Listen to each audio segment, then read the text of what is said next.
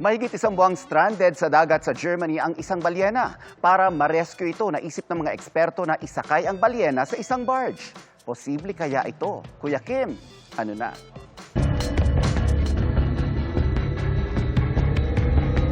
Nitong Marso na stranded sa Baltic Sea sa Northern Europe ang balyenang ito. Ang balyena na isang juvenile male humpback whale, pinangalan ng Timmy, hango sa Timmendorfer Beach kung saan siya unang namataan. Ayon sa mga eksperto, si Timmy maaring naligaw o di kaya'y may sakit. Dahilan para mahirapan siya makabalik sa karagatan. Ang mga otoridad, ilang linggo nang naghahanap ng pinakamainam na paraan para ma-rescue si Timmy. Ang isa sa mga naisip nilang paraan, ang mag-dredge para mapalangoy ang balyena patungo sa isang barge, na siya namang magdadala kay Timmy pabalik sa tahanan nito sa North Sea.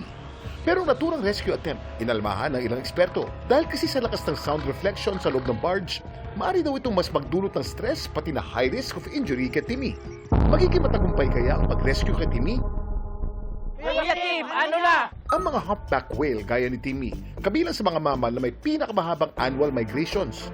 Pag nagsimula ng winter mula Antarctica, magmamigrate sila pa norte. Lumalangoy sila patungong tropical waters kabilang ang Pilipinas kung saan sila nanganganak at nagbe-mate. At pagkatapos ng taglamig ay babalik na sila sa Antarctica. Samantala nitong April 28, sinagawa ng rescue. Hanggang sa ligtas na nakalangoy si Timmy at nakasakay sa barge. Kung magiging maayos ang lahat, makakabalik daw si Timmy sa North Sea matapos ng 2 araw. Ligtas kaya siya makakauwi? Yan ang ating aabangan sa mga susunod na araw.